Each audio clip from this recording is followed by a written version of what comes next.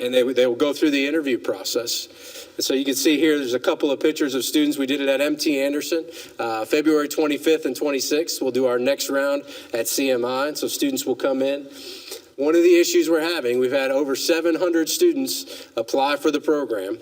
And we've had, with the fall numbers, we have about 80 students who have received Launch Greenville internships. And so we continue to need more businesses to engage with us, to take a student to come in and partner together. That's one of the programs we have. We have other apprenticeship programs and internship programs, whether those are through Michelin or GE, Stuken, lots of different possibilities. We are encouraging folks to go through that Launch Greenville internship because they can leverage then the advertising and the publicity from the Chamber of Commerce. They're saying, hey, we're a Chamber partner, we're a Greenville County Schools partner as well. The Chamber has their big board that has all the company logos on there. So we're starting to see that snowball. We're starting to see businesses approach us and ask for information about that opportunity. So we're excited about the direction. Of course, that has been part of what has been responsible for that growth that you've seen from 43 work-based learning opportunities to 143. I will tell you, we're in November now. We're quickly approaching that 143 for this year, and we feel very confident that we'll far exceed that number of work-based learning opportunities in the future. And so we're excited about that possibility that offers to our students. And again, these are just some pictures of the opportunity of the students coming and having their interviews. Completer, that word may or may not mean anything to you. A completer is a student, one student who finishes a 3 or a 4 unit program of study in a particular career field. And so we really are encouraging students to not just take one class here in business and one class here in health science, but really to go through a complete program. So we're encouraged that the number of completers, again, those come from our career centers and from our high schools, but we've been able to grow that number of completers to 811 over the last few years. Many of you were there last year as we celebrated our completers at the completer ceremony at Timmons Arena. And so that's just a great time to give them their cord. They walk through, of course, with their graduation robe on.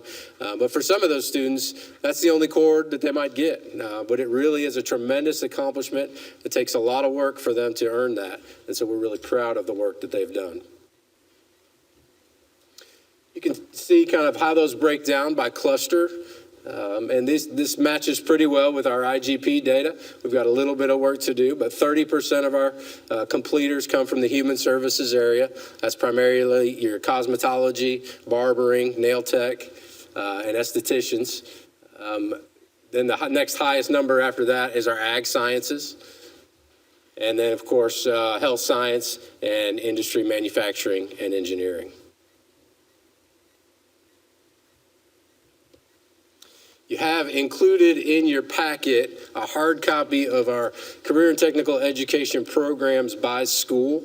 So the little dot, if there's a dot there, if you go across from down from the school, you can kind of see which CTE programs are offered at the respective schools. I do want to draw your attention down the sheet about 2/3 of the way to the manufacturing career cluster. And you'll see those are offered primarily at our career centers, but we have 3 programs, welding, mechatronics, and machine tool, that fall under that advanced manufacturing career cluster. That is by far the number one need that we hear from businesses and employers in Greenville County is, can you continue to help us with manufacturing, whether those are welders or those are folks that are in mechatronics. And so we want to make 100% sure that those 3 programs are offered at all 4 of our career centers so that every student around Greenville County has an opportunity to participate in that, regardless of what high school you're at. And so there's 2 blank dots currently there right now. Mechatronics at Enery Career Center is not offered. We have a plan to offer that next year. Machine tool is currently not offered at Donaldson Career Center, and we have a plan to offer that next year at Donaldson. So we feel great about the fact that those 3 programs will be represented at each of our career centers. In addition to that, Fountain Inn is going to help us tremendously with that because they will have the Institute for Automation and Engineering. So that's a great success, and we're moving forward in that direction. So that's sort of some data about what we've done. And now I want to talk to you a little bit about what are our focus areas as we continue to move forward. And again, some of those things are very major. You'll hear about the major projects we have going on, but others are things that are just more about alignment. And the very first thing is, you heard me talk about the moving of our health science programs out. We have to continue to look at the programs that are at our career centers. And number one, ask ourselves, do they require specialized space? Could they be moved to a high school? But also we have to ask, do they meet this high wage, high demand, high skill metric? That's our national organization's metric for program evaluation. I won't call out any individual programs, but we have some programs that are very popular with our students. And they may very well be high demand and they may require high skill, but they're not providing a living wage for our students when they graduate through that program, whether they're a completer or they earn a certification or not. So we have to take a critical look at the programs that we're offering and make sure that they meet each of those three metrics. And if they don't, we'll have some tough decisions to make, even though those programs are sometimes really popular with our students. So we have some proposed projects that are underway. We did replace the hood in the culinary arts program at Golden Strip, and that was completed back in September. We're in the process, as you heard me say, of adding machine tool at Donaldson Career Center. Mr. Carlin and his crew have been working very closely with us to get that project underway so that we can have it up and running next school year.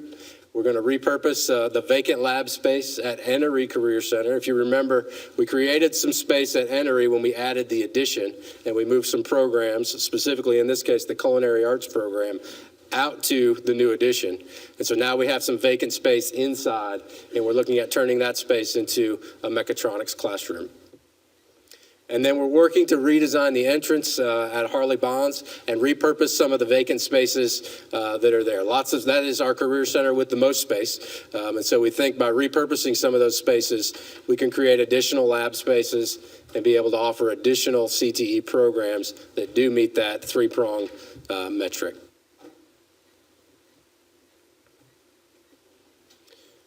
Some of the other focus areas, we have to explore after-hours usage at our career centers, right? They typically have classes from 9 to 11 in the morning, and then another group comes from 1 to 3 in the afternoon.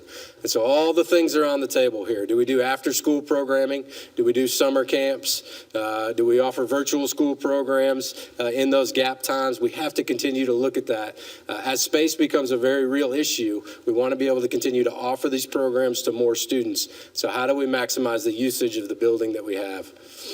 So that's one of my primary goals for this year. We want to continue to target our underrepresented populations.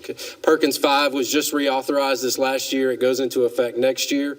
There is a heavy component about targeting your special populations. So traditionally underrepresented is what they say. So your female students, your ethnically diverse students, your special education population, your English as a second language population, we have to look at ways to target those groups. And so that's well underway as well.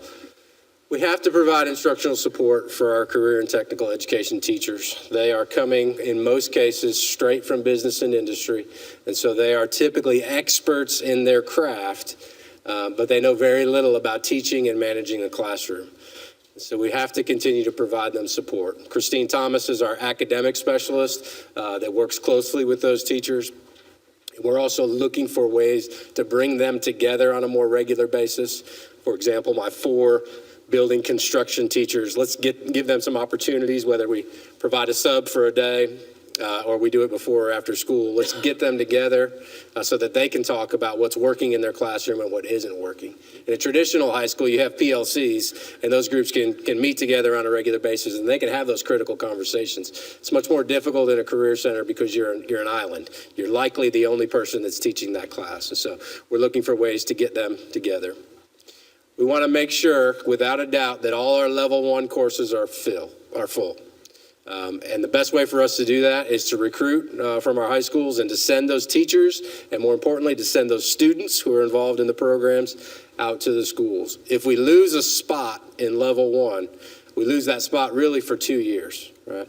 Because you can't put a level 1 student into a level 2 class. A lot of requirements about that just don't mix well. So we really want to make sure, without a doubt, we know that we won't get 100% retention from level 1 to level 2. Traditionally, we've been about 55%. And so we definitely want to increase that retention rate. But to start with, we need a broad base of students. And so we want to make sure that all of our level 1 classes are full. The picture here is actually from Donaldson Career Center in the building and construction class. And at Donaldson was the first career center to have a female student in every single level 1 program, from welding, building construction, all their programs. So it was a great accomplishment for them this year. And that was a result of targeted recruitment of those students. So what are the major projects? We do have some big things going on. And so several of you were out at the Fountain Inn groundbreaking the other day. Great things going on.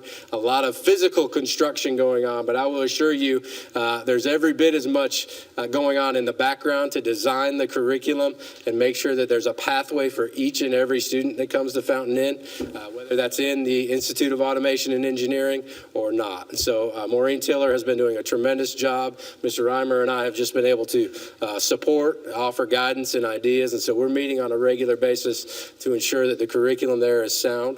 We'll be visiting Apex High School in North Carolina in just a few days to kind of look at what they're doing there. And so a lot going on there behind the scenes that isn't involved with moving dirt and putting up walls as well.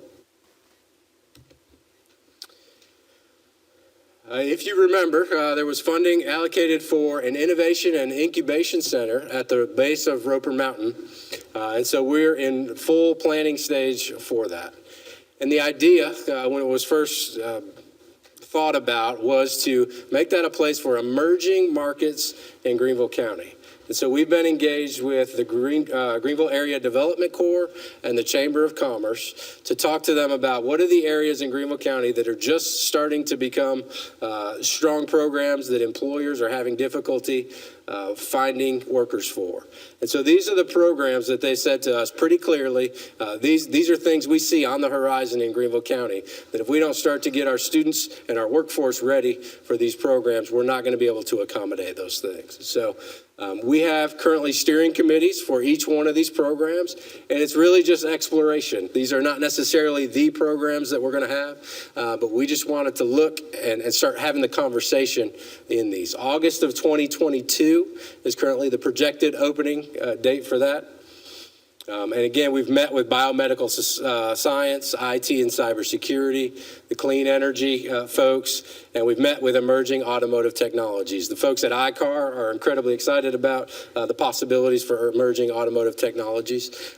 Just because of where we are geographically, we think that there's a tremendous opportunity to partner there. I will tell you that's the one that makes me the most nervous, because there is no program like it in the nation at the high school level that's working on this, and so we would be kind of building that from the ground up. But with our partnerships with Clemson and with ICAR, we feel like we might be able to do some really neat and innovative things there as well. But each of those programs has tremendous value to our community and to the workforce in Greenville County, based on the information we've heard from our partners. Now, the idea is that we would not build this, and those would be the programs that would stay there. So we would put these programs in place, and with the help of some architectural firms, we would design those spaces so that they're flexible. And so that after 3 or 4 years, if the IT cybersecurity program is incredibly successful and we have a high demand for that program in Greenville County from our students, we would then go out and recreate that program either at a high school or if we had available space at the Career Center. So it would sort of be a proving ground.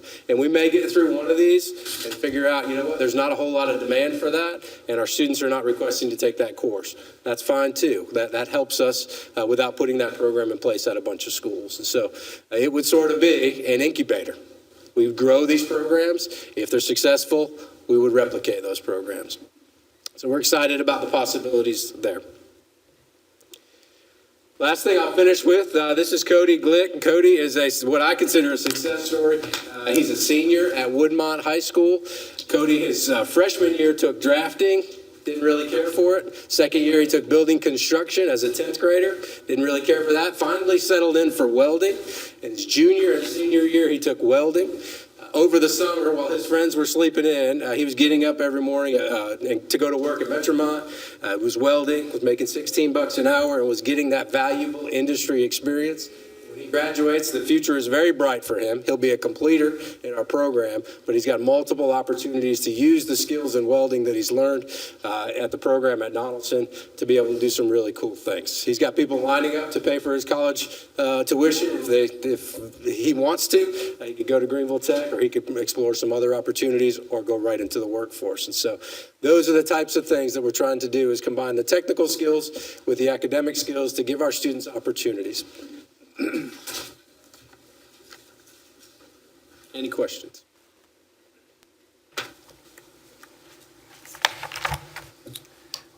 Okay, Ms. LaVentus Wells first. Thank you.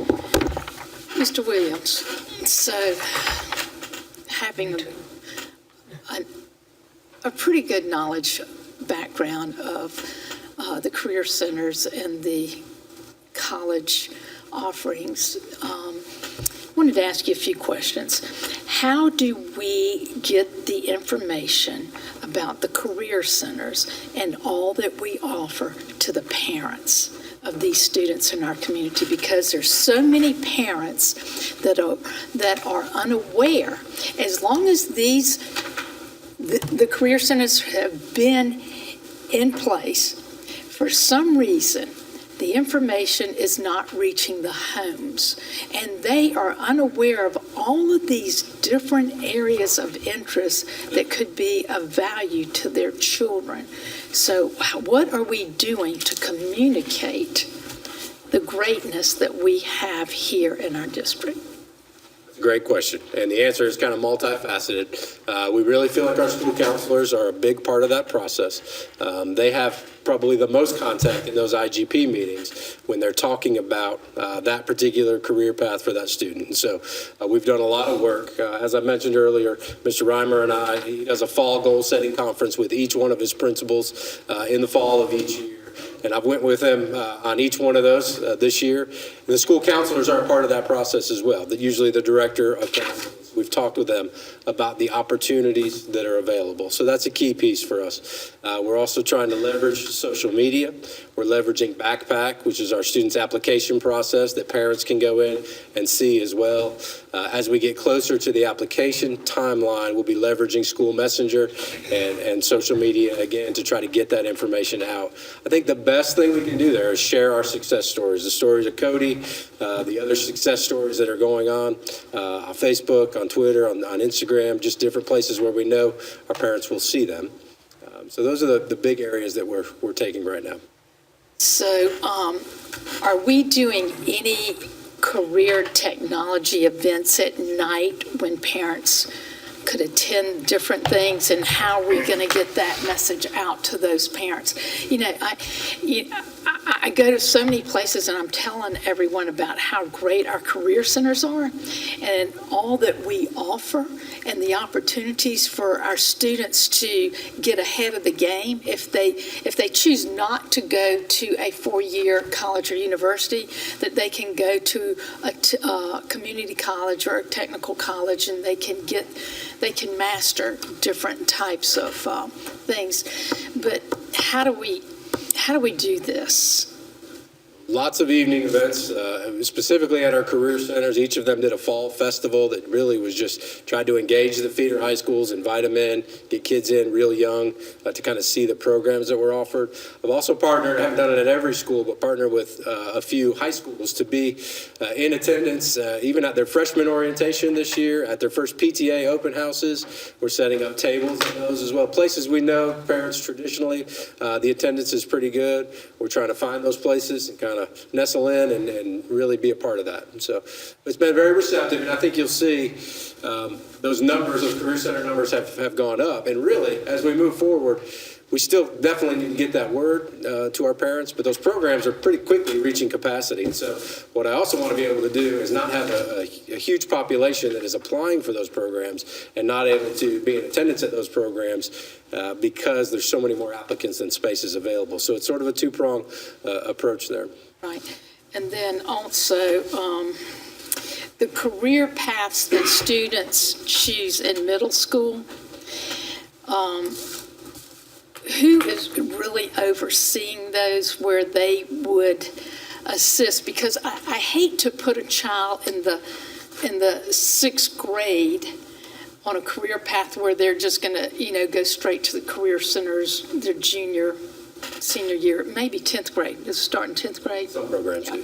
So, but I want them to also understand that the benefit of the career centers and also the offerings that are available to them, and could also solidify their aspirations as far as when they want to move to the next level in the professional world. And all of these are professions, but whether they choose, like they get basics in law enforcement and they find out about law enforcement, the law and what's available and what's expected, and then build a career, maybe going to law school. So they're building blocks along the way. You can go into cosmetology, but once you master that, you can go with this, this, and this, and own your own business and take business courses where you are able to run and start a franchise and do whatever. I'm just looking at building stones, building blocks where you step up and keep moving on and not settle just here. Now, I understand welders, they can make $60,000, $70,000 right out once they get the certifications and so forth. And if they go and they get certified in welding underwater, that other area, it's unlimited what their salaries would be. But you got to want to work underwater, So I personally could not do that, but you get paid over $100,000. And I know some students that were at Greenville Tech that went into welding and now are doing that. But they started out in the career centers. Hospitality, sure, it's great to learn about foods and everything, nutrition, and they can become nutritionists, but also whether they go on to a 2-year or they go right into the restaurant business. And then hopefully, I don't want to limit their dreams to go, well, all I want to do is just, work in a restaurant. Why would you just settle for that? You could do so much more in, becoming a sous chef, or you could do this, or, whatever. I just want dreams to be built in these career centers and not limited to, you're just going to, if you want to, get a trade and get out of school and start working, great. But don't settle, because we've had this discussion. $15, and even with the buses, $15 in school, in high school, sounds like a lot of money. But when you think getting out and having to pay your own rent and all your expenses, our bus drivers cannot even make it off of $15 an hour. So we've got to explain to these students that right now it looks and it sounds good, but it's not sustainable for a family. And that's what I want us to build successful people. And I'm all about good is not good enough. I always strive for greatness, and that's what I always believed in my students when I taught. And so, when they would go to Greenville Tech in criminal justice, they would come and they just wanted to be a policeman. Really? Why do you just want to limit yourself when they're, and you get speakers in there that go, you can go federal, you can go international, you can work for the Michelins. You can do all kinds of things. So do not limit your thought process. Change that mindset, so then we build leaders in these young people where they believe in themselves and they start seeing, sure, and you can do that, Eric, because I just listened to you present and you just motivated me like crazy. So there you go. So with that being said, Eric, I love this presentation. I saw it at the chamber event, and it excites me about the career centers, because I keep hearing, these young people go, well, why would I save for a college degree? Because these kids now are not going to go to college. they're not going to spend all that money because when they get out, they'll never be able to pay their debt off. So we're looking at more realistic career centers and things like this.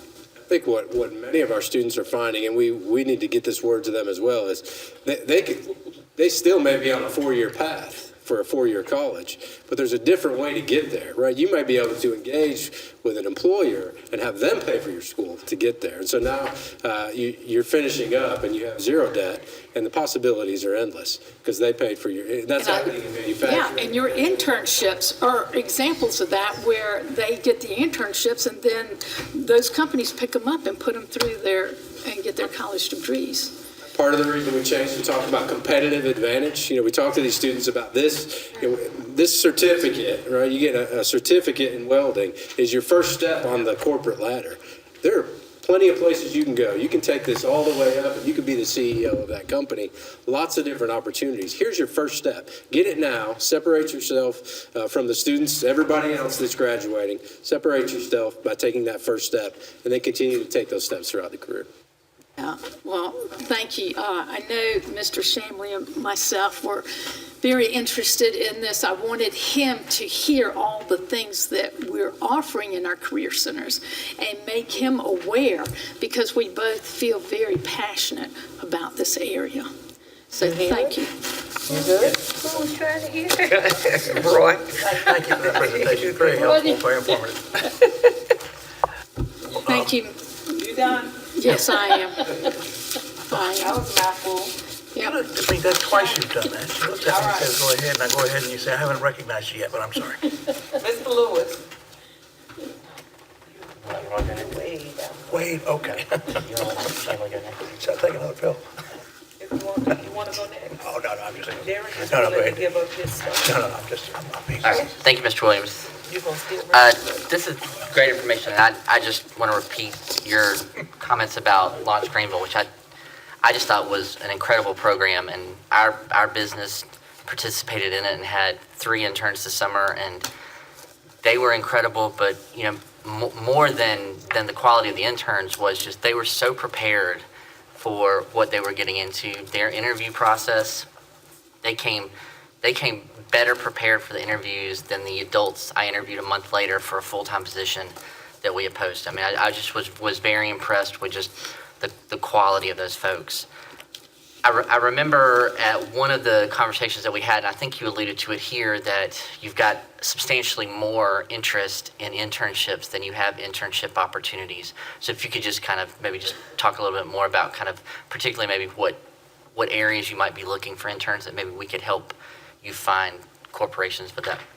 And there's 2 different ways that we go about that. We get on a regular basis, because manufacturing is having such a difficult time finding employees at this point. Excuse me. We have lots of companies who are coming to us and saying, hey, can we do an internship type program? And so if we have a situation like that, we will specifically align them to students who we know are prepared for that. And then we have some folks who just come and say, we want to offer an internship. Businesses, marketing firms, Greenville County Schools has done several internship programs. I don't think I mentioned, these are paid internship programs. So there is a little bit of an investment from the company's part. But we're really trying to continue that recruitment. And we have students across all spectrums that declare on their IGP that they're in a particular career cluster. Healthcare is a difficult and challenging one to make headway in because they have different regulations that require students to be 18. Very few of our students, until they get to that second semester maybe of their senior year, are 18. So we did just sign on with Prisma Health to do interns, Launch Greenville interns in their maintenance and facilities department. So we're going to take that back door and try to get in and try to do the same thing we did with your folks, is really impress them, send our best students there, so that hopefully we can start to look at ways to break down those barriers. We're in a great time in the economy right now. People are getting desperate for workers. So sometimes they're a little more willing to work through some of those barriers through a workplace apprenticeship program or a variety of other pieces of federal legislation that allow us to have apprentices. So we're trying to get businesses in all different areas so that we can give those opportunities. any opportunity really that we put out right now, even some of the ones that we have in sales and retail, we have 6, 7, 8 students applying for 1 or 2 positions. Students want to engage in work-based learning experiences, and so the more we can offer, I think I won't say it doesn't matter what career field, but we have such a need right now that we could offer those in any career field that we could really make a difference. I know that I think it was the Bank of America that also provided a grant through the chamber. So for those who are on the board who are affiliated with a nonprofit, we were actually able to apply to the chamber to actually have that intern's pay reimbursed to us. So it was actually an unpaid, a free internship for our organization, which was great because it allowed us to think strategically about, okay, so if we didn't have to pay them, what would we want them to do? And so we got to get them out and shadow folks that, it would have been cost prohibitive for us to put out there. So I thought it was a great program, and I hope that it continues to grow. If I could speak to that, Bank of America provided $25,000 in the form of a grant to fund those nonprofit paid internships. And so the payment came through the Bank of America grant as opposed to the company. And it just, I think we had 10 or 11 nonprofit organizations jump on that because they really wanted to be able to offer that, but it was cost prohibitive. So we don't require a certain amount of payment. We're not making $20 an hour, but usually $10 an hour, and it's a minimum of 40 hours. So there is a financial commitment from the company, and we do that because we don't want to limit access to our students. Several of our students have to get paid work after school hours. And so if we were saying to them, hey, you can only do this work-based learning opportunity, we can't pay you, but we need you to commit to the time, or you can go work at Chick-fil-A or a restaurant and make money to help you support your family, they're going to choose to go and make that, even though they really want that work-based learning experience. So with being able, it's very important for us, and we've had some kickback from some companies, but we've been able to work through that. It's very important for us to be able to offer that as a paid internship. The other question I had is just about kind of the onboarding of Fountain Inn High School and the fact that it's going to have kind of a career and manufacturing focus. And you've got the Donaldson Center, the Golden Strip Center kind of nearby in Donaldson. Do you expect that some of those programs that are currently being offered at places like Donaldson and Golden Strip are going to move to the high school? Are they going to be replaced? What impact do you think the coming on board of Fountain Inn High School is going to have on the offerings that those nearby career centers offer? I believe y'all are going to hear from Mrs. Tiller at next month's board meeting to talk about the pathways that they have there. There's such a need right now. I don't anticipate that we would move any of those programs from Donaldson over to Fountain Inn. I think really they will generate their own programs. The nice thing about the almost comprehensive high school model is you can get exposure to that career field to all 1,000 students, or maybe eventually 2,000 students that come through that program. Of course, at the career centers, because of the physical space requirements, those are limited to 20 or 40 students, depending on for both levels there. Okay. So currently, there's no expectation that something will go away at one of the career centers because this high school is nearby and may offer similar. That's correct. And so in addition to machine tool and mechatronics, there will be other pathways at Fountain Inn that are not duplicated at the Career Center as well. So I think, I don't anticipate any of that. Okay, great. Thank you. Thank you, Madam Chair.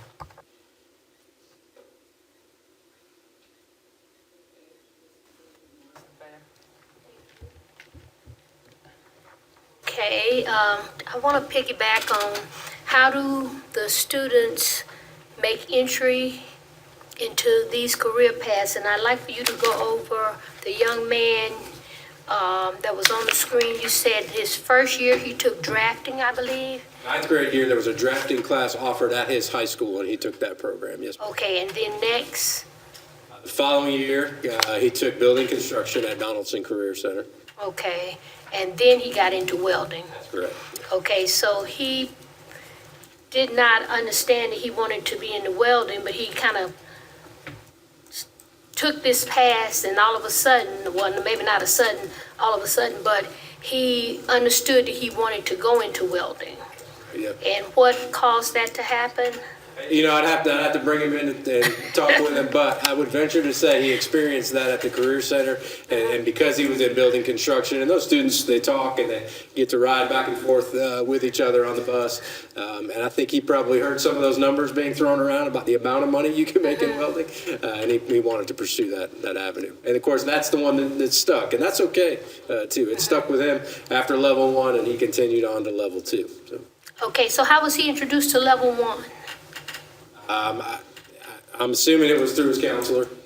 Okay, and you know, when I talk to the counselors, the first thing they say is, please don't give us anything extra to do.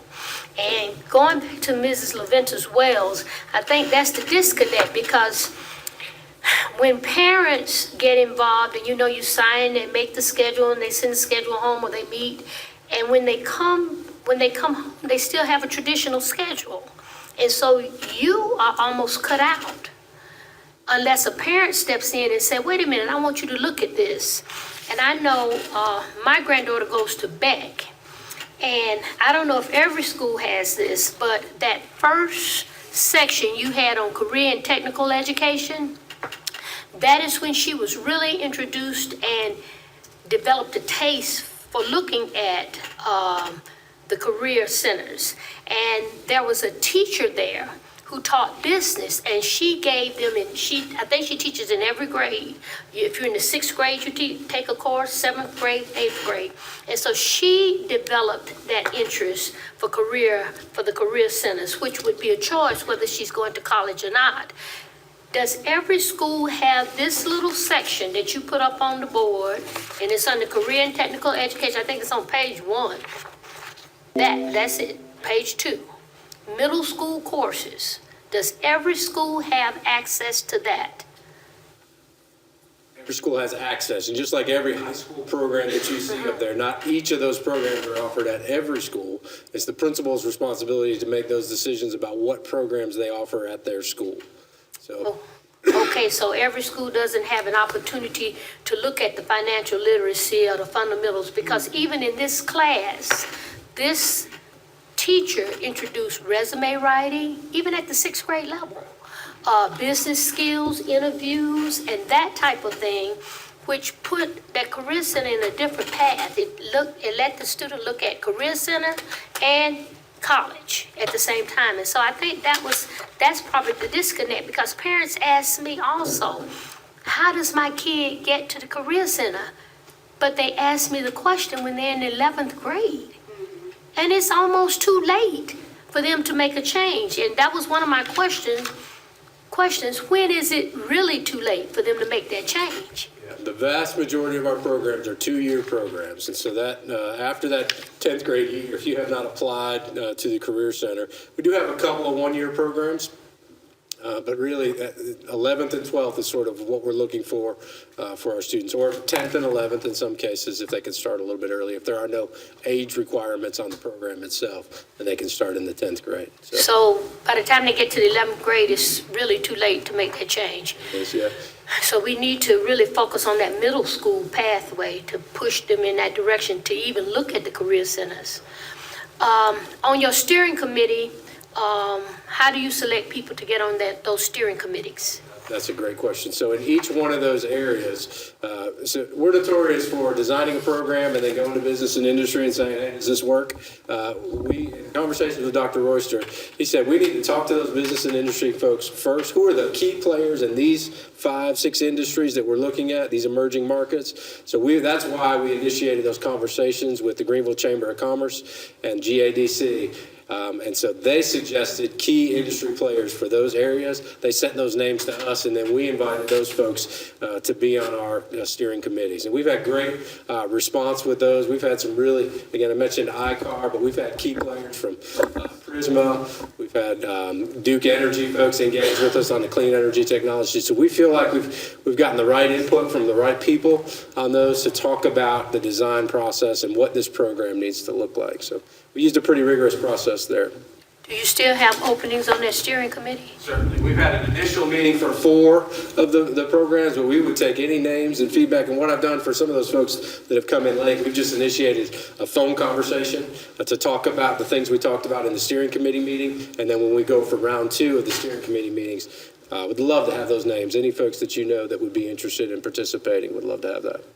That committee that Mr. Williams was talking about, that's the one that's kind of devoted exclusively to the incubation center. There is also a committee for each class area at each career center. So there's they call it, I guess they still call it an industry advisory committee. So for example, if you had an auto mechanics program at Bonds, which they do, they would have an industry advisory committee made up of people from the auto mechanics fields in that, generally speaking, in that area that the Career Center serves. So there are multiple of those committees that operate throughout all the career centers all the time. This one's especially focused on developing the curriculum for the potential curriculum for the incubation center. And that's one of the reasons we want to make sure that we were aiming at those people that are really kind of the driving force in those economic sectors, not just the people that are involved kind of with the day-to-day training or employment of individuals in a particular area. Okay. The benefit of that has been that because they're engaged in the process, they're already talking about how can we engage once the center is open, how can we be a part of these programs as well. So it's been neat to see that transition take place. Okay, and I think I have one last question. I think the career centers are the way to go. If I had my way, you would do both, because you always need a backup in life. And as far as going to the career centers, when students choose that entrepreneurial arm that result in the classes they're taking at the career centers, do we have the business skill classes to not only teach them the career that they have chosen, but most people fail because they don't have the accounting, they don't know how to set up businesses, and so they have the great skills, and then they're out of business in a year or two. So do we support them with those types of skills? We do, and we're fortunate that each one of our schools has business education programming on campus at the high school, and so in a perfect world, they'd be taking their technical skill classes, coursework at the Career Center, and they're still able to fit in a business education class or two in their regular schedule. All right. Starts to get tight, as they add programs. But, Okay, thank you. you're welcome. Thank you, Ms. Morrison Fair. Roger Meek. Yes, thank you, very enlightening. I want to get into the weeds just a little bit. I see one of the very things, also Barbara, just don't interest the others or what? That's one of those programs we have to look at. We look at that high wage, high skill, and high demand for those things. And so those students, we have not had a great success rate in terms of those students passing the certification exam, the culminating certification exam. So many of those students are not going right into the workforce. And we're working on that side of that to see if we can increase that. See if there's one of the barriers to that is they have to be 16 before they can start accumulating hours towards their certification. Well, they need 1,000 hours before they can take that test. And so if they don't get those 1,000 hours by the end of their Career Center program, then they've got some decisions to make. Do they want to continue getting their hours over the course of the time after they graduate, or would they do that on their own is sort of the question that we're running into. So we need to focus in on that program and see if we can improve that number before we would replicate that program at other places. Needs to be solid, needs to be solid. You don't have to bring it in now. I was trying to be subtle. He's the one that's tough.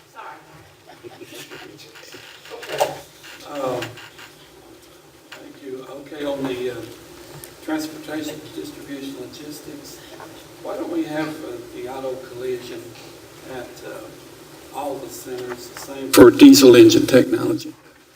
Diesel engine is on the docket. We have diesel at 2 of the 4 career centers, and that's one of the programs we would like to continue adding. Again, we're hearing from business and industry that that's a real area of need. The auto collision really is going to come down to available space at our career centers. You don't have the space. Correct. All my questions, thank you.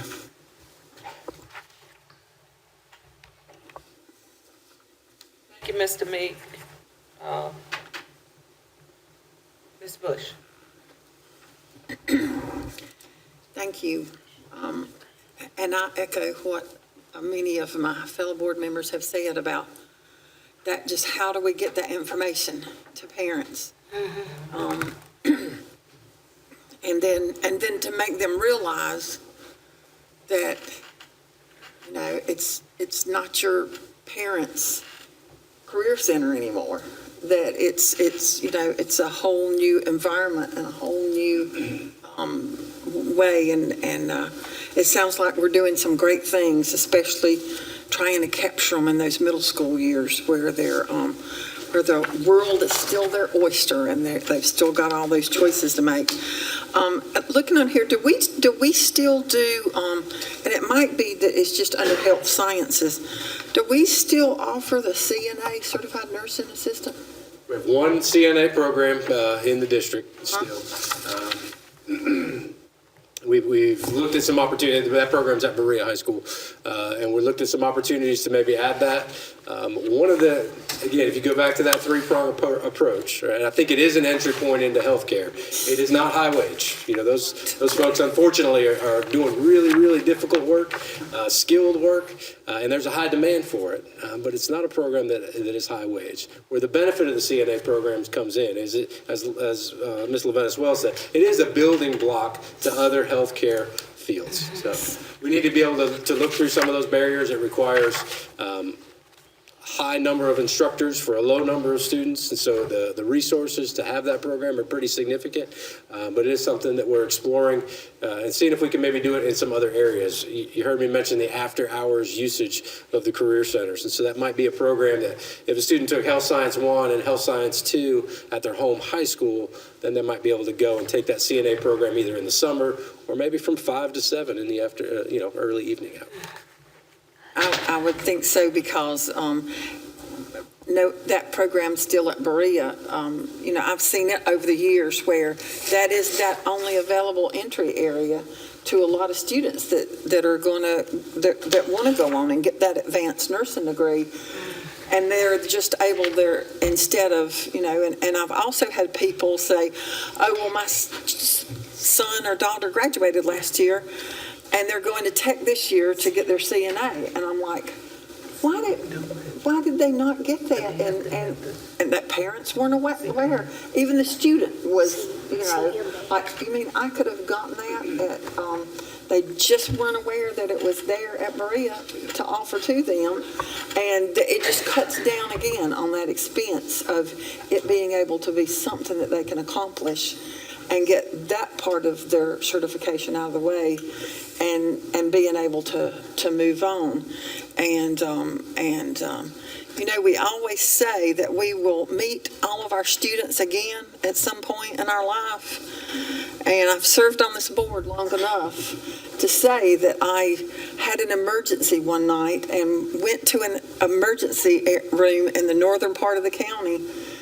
And they said, the doctor, of course, it was a cardiac emergency, and the doctor said, on call, said, well, why did you bring her here? And my husband said, well, in case you didn't notice, there's an emergency sign out over the front of your building.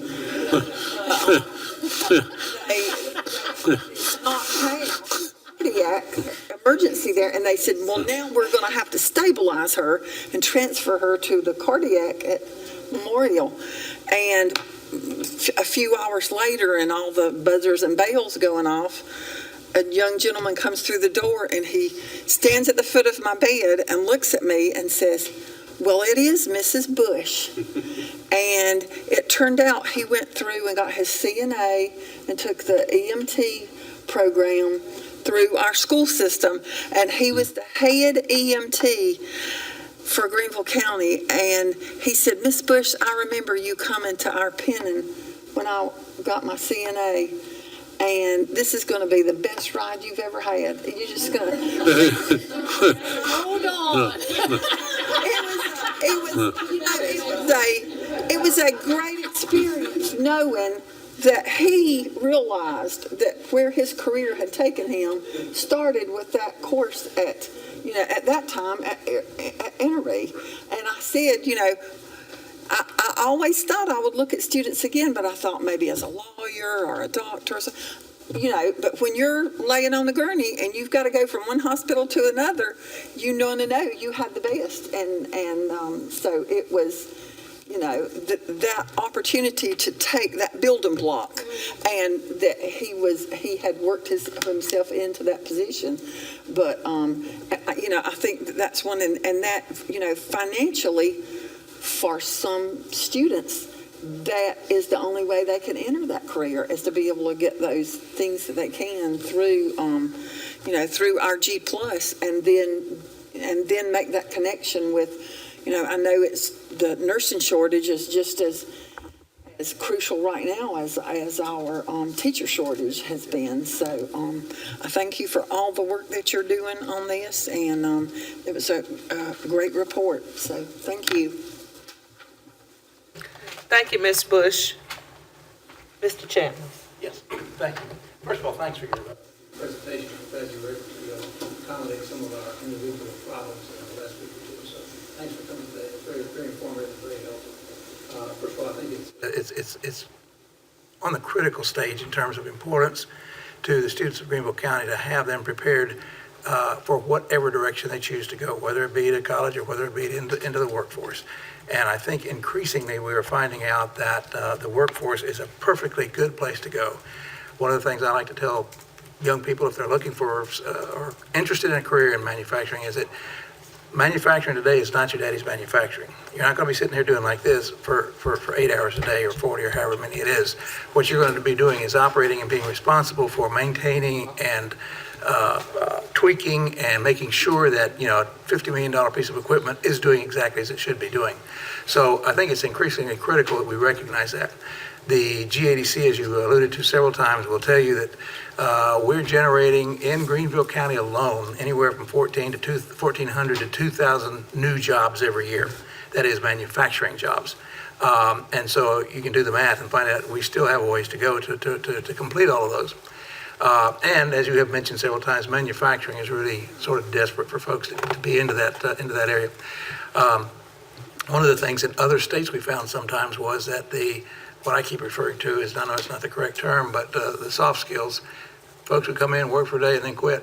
And that was not too unusual. I think it's critical that a part of their program is to teach young kids that it is vital for their career and their success to have those skills in terms of not just getting to work on time, but dealing with other employees and so forth. I don't know, do you have very many of the, and this is just one problem off the top of my head, but one question I should say, do you have any of the programs or project-based learning programs in the CTs? The program right now are I know a lot of the other elementary schools, for example, like A.J. Wittenberg, they have a lot of work, project-based learning, where you sit around the table, you get the kids together, and they work out a problem.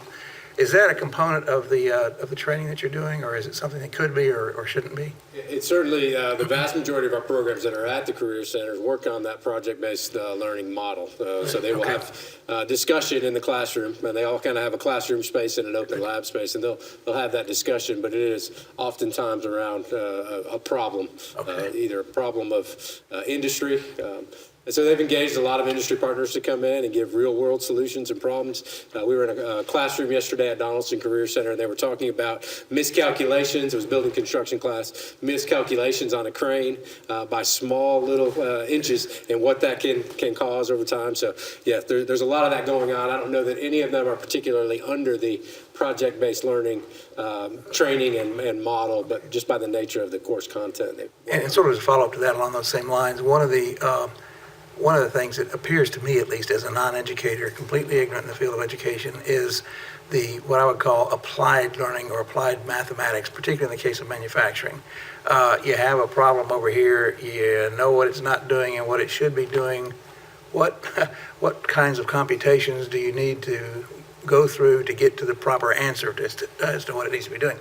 And I don't know how much of that is embedded in our teaching. I know learning straight algebra, straight trig, and those things obviously give you the fundamentals for that. But how critical are we making the what I would call applied math or applied learning? Yeah, and that's a connection we have to continue to make. And sometimes there's a disconnect because those teachers are out there at the Career Center and the math teacher is back at the home high school. But we've had several instances lately of a machine toolkit talking about, hey, we're using trig in machine tool at the Career Center. And then the math teacher kind of investigating that a little bit and bringing that problem back to the class to talk a little bit about it. But we've got to do a better job there for sure. Okay, yeah, I've some of the different companies, I won't mention one by name in particular, but some they'll have their aptitude tests that they'll ask folks to come take if they're going to be applying for one of their mechatronics type of positions. And the test, although on the surface it's not that difficult, it's not that easy, but yet nearly every example of that test required somebody to know, gee, how do I get from here to here, and what do I use? And so I think that would be helpful for students coming out of the schools to be able to address.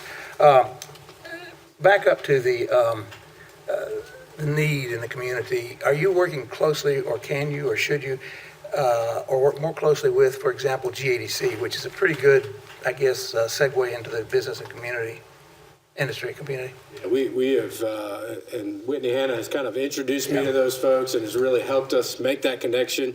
We just went last week and spoke to their board and just had a tremendous kind of Q&A time with them. And so we're engaged there. That partnership is growing. We're relying on them for a lot of data, a lot of information, but also for those key connections. And so we're excited about that partnership.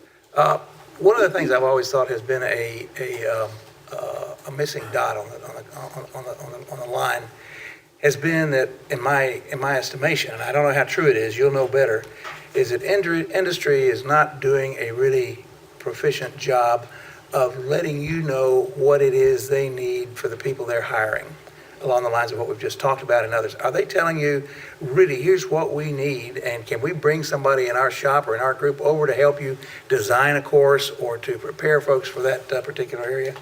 So they're absolutely doing the first part, right? They're telling us what they need. The willingness to engage is a struggle, and so we're working on that through those partners. But we hear a lot from them. This is what we need. This is what you need to do to prepare these students, and so we want to encourage that partnership where they are coming in and they're helping with that problem.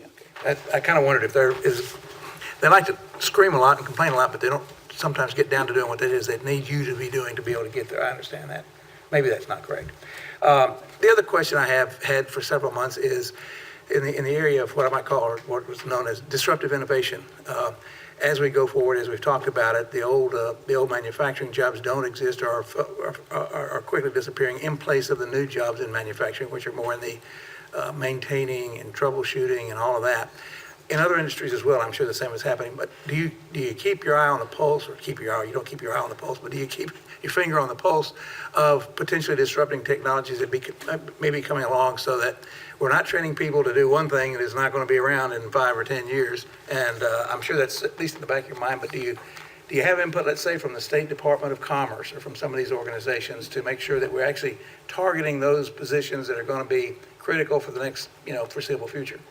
We do. One of the things we're required to do every 2 years by the State Department in order to continue to receive our funding is a certified local needs assessment. Okay. And the Department of Commerce is engaged in that. We actually have a regional workforce advisor that works here in our building. Most of those are broken up by segment around, but because we're such a big district, we have one just assigned to Greenville County that works here in our building. And so we're able to have pretty good access to that information. Okay.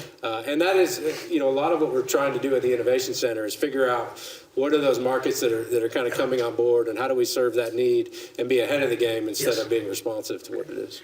And I know that in some cases, Commerce, for example, actually when they're attracting industries and manufacturers to South Carolina from other countries, when they're discussing or trying to recruit them, will actually ask them what are the particular needs you're going to have when you start up, so that they can come back and start training folks for those particular positions, often through the Greenville Texan schools. But frankly, I think that's something that it would be good if it filters down as much as possible to us too, to be aware of.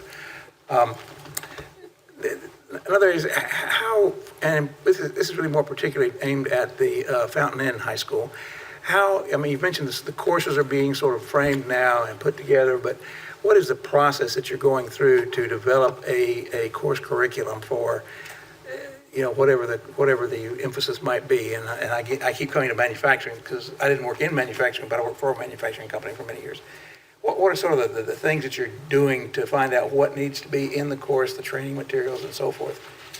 Yeah, and some of those are prepackaged curriculum programs that already exist in other places. And so this visit to Apex, North Carolina is one of those things that we're doing. What's working? What are the pitfalls that you saw as you, developed a school that's similar? I don't think there's anything exactly like it, but they have a smaller career academy type focus as well. And then, Maureen, I don't know if you want to speak to any of this, but you're going to hear a lot more about it next month when we meet. But there's a pretty extensive process, researching what those curriculums are, talking with the Chamber of Commerce and various industry folks to figure out what is needed. We're sort of seeing this convergence of computer science in each one of these areas, right? So if it's mechatronics, well, there's still a strong computer science component to that. Same thing with machine tool. And also trying to look at, okay, we know there's going to be, just like there is at any high school, there's going to be a diverse spectrum of kids that come into Fountain Inn High School.